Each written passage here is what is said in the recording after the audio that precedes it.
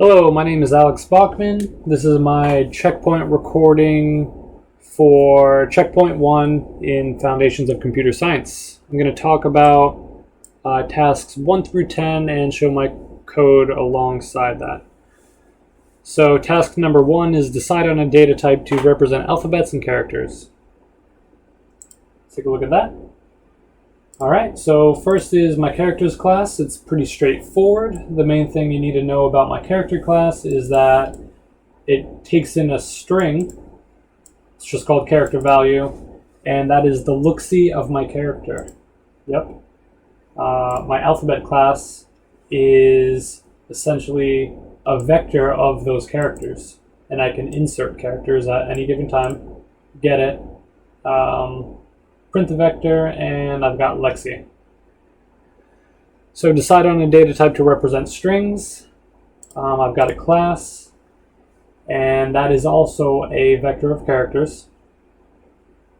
And essentially this is just made from inserting characters from my Lexi. I can pop the front of any string, and I can print the string. Okay. Number 3 is write a function that generates the nth string of a given alphabet's lexicographic order. Okay, so let's take a look at Lexi. Alright, this one was pretty difficult for me to get a grasp of for a little while. Eventually I figured it out. I've actually drawn up a diagram. Let me pull that up to help me explain this. So let's see. Okay. So here we initialize a bunch of values. In this example that I'm going to use, the alphabet is just made up of characters 0 and 1, and the input is 5. So we're going to get the 5th value of this alphabet. So initialization, the alphabet size is 2, the exponent is 0. We enter this loop right here for the first time. So right here, 2 to the 0 equals 1, and that's less than the input, which is 5. So we're gonna jump in here. The input minus equals that, so it's 5 minus 1 equals 4, and then we increment the exponent. We're going to do that again. 2 to the first power equals 2, and that's less than the input, which is now 4. We're going to update input, so now it equals 2, and we're also going to update the exponent, which equals 2. Now the third time around right here, the power of the alphabet dot size to the exponent. So 4 is not less than or equal to 2. So we're not going to do this. We're going to jump down to this else block right here, inside this for loop. Sorry, give me one moment. There we go. Okay. String.insert. We are going to insert into the string the alphabet at what the input mod the size is. So remember, the input is 2, the alphabet size is 2. So 2 mod 2 is 0. We're inserting 0 into this string right here. Then we're going to update what the input is. So the input divided by the alphabet size, so 2 divided by 2 is obviously 1. That is now our new input. And so when we come back in here for the second time around, we're going to insert the string at 1 mod 2. Or insert into the string from the alphabet at 1 mod 2, which is 1. So insert at 1, which is 1. Pretty straightforward. 0, 0, 1 is 1. So we have just inserted 0 and then 1. And now, do we go around another time? So the fifth is empty, 0, 1, 0, 0, okay, and then 1, 0, right. Or 0, 1, whatever. Anyway, at this point, j is not less than the exponent, so we're going to return the string, and that is Alexi for you. Let's move on real quick to define a data type to represent DFAs. Okay. So the DFA is made up of states. So I've got this state class that has an accept status, has its state ID, which kind of translates to its index within the DFA's states vector, which I will get to eventually. Each state has transitions. It can have 0 transitions or many transitions. So I've represented that as a vector of tuples.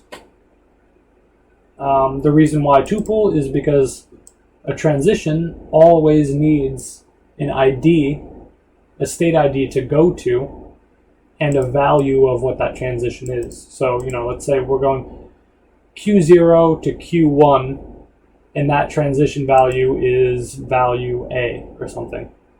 That's how this is represented. Get state ID. We got the get transition vector, insert transition, all pretty straightforward.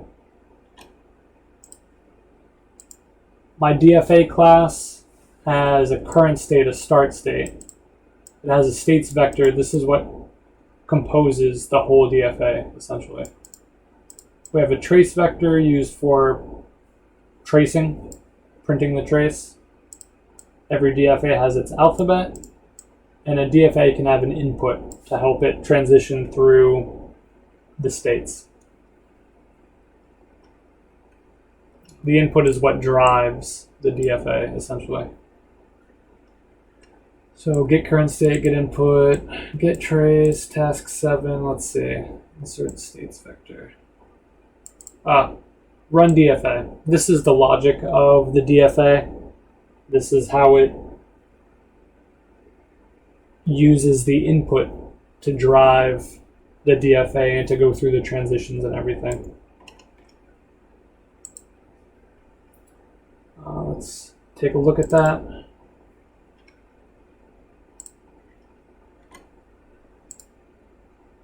Trace, so run DFA. This is the logic for my DFA. If there's no except, if there are no states inside the DFA states vector that have an accept status, then we don't need to proceed. We don't even need to do this. Everything will just be rejected, essentially. There's no accept states, so don't even accept the string. Otherwise, if there is at least one state with an accept status and the input is not empty, so we've got an input and there's one accept state, at least, move through the DFA. Move through the DFA, get the current state, determine what the transitions are.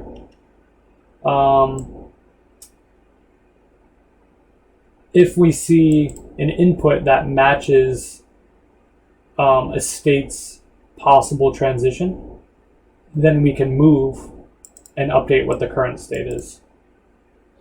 Otherwise, if we don't see it, we need to increment I to check that state's next transition. Otherwise, there are no transitions that match, so we need to break outside of this loop and reject the string. So that's the logic for my DFA. In init DFA, I'm essentially initializing all of my custom DFAs within this one function. So I have like I've got 12 different DFAs in my program. So I've got one that accepts no strings, which is task 5. One that accepts only empty strings, only accept if strings end in a 1. So I create my 2 states. I set what the transitions are. So state Q0 will go to state Q0 with a value of this, so on and so forth. Then I need to insert those states once they're initialized into the DFA vector. Initialize the start and current state, and that's just the initialization. So whenever I call run the DFA, it'll know how to run it based on this configuration.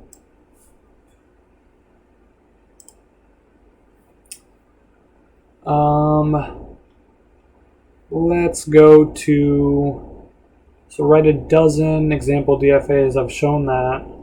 Write a function that when given a character returns a DFA that accepts only strings of exactly that character. That's task 7. So it returns a DFA given a character. I made this one super simple. So anytime you input a character, it'll generate a very simple alphabet and set that DFA's alphabet to this alphabet. There's 3 states for this configuration. And let's see, do I have a diagram of this? I don't have a diagram of this up. It's okay. But essentially that's task 7. So finally, let's go and show this running. Here's task 10 is accepted. Once we run the DFA, if the current state is on, if the current state has get accept status, if it's true, then return true, otherwise false. Pretty straightforward. Run DFA cases. This is just a function to write and test DFA cases. And it takes in, I have a for loop to generate an alphabet lexi ordering. So I'm generating the first 20 lexicographic orderings for this alphabet. And I'm using that as my input. So the string input is a.lexi, the first 20. And I jam that in here. Is string accepted? And remember, this is where it's run. So when we test this out, come on.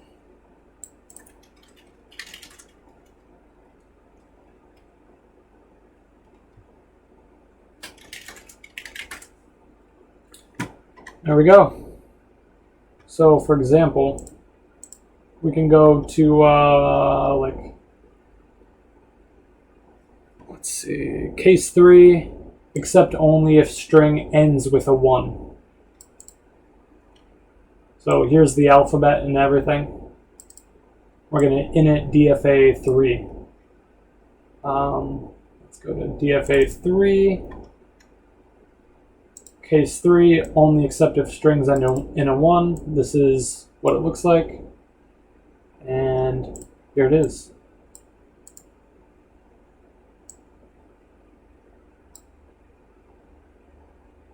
If it ends in a 1, it's accepted. If it ends in a 0, it is rejected.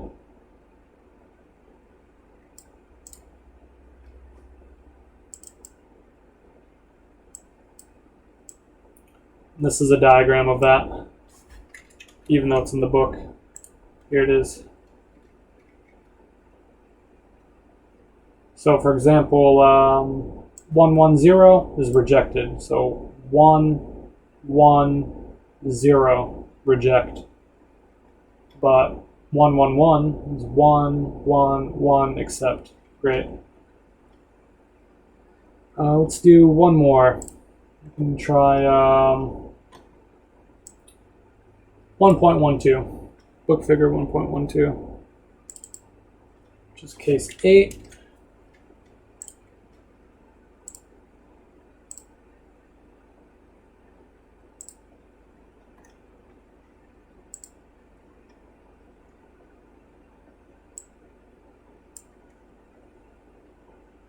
This is what it looks like. So I've got all of the states created.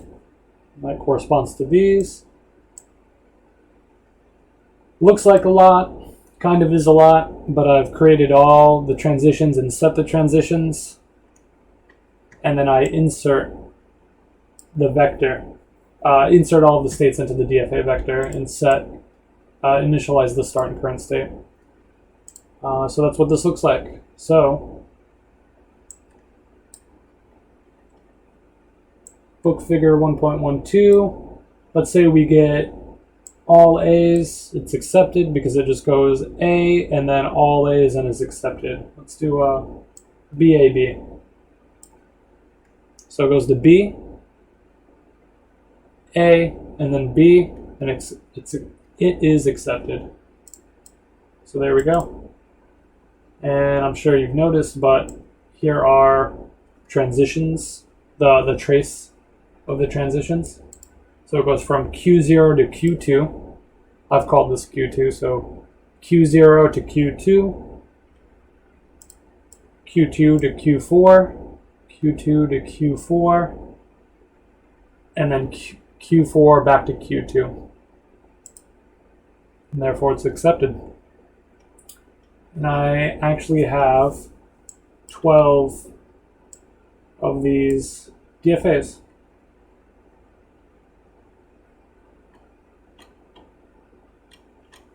That's that.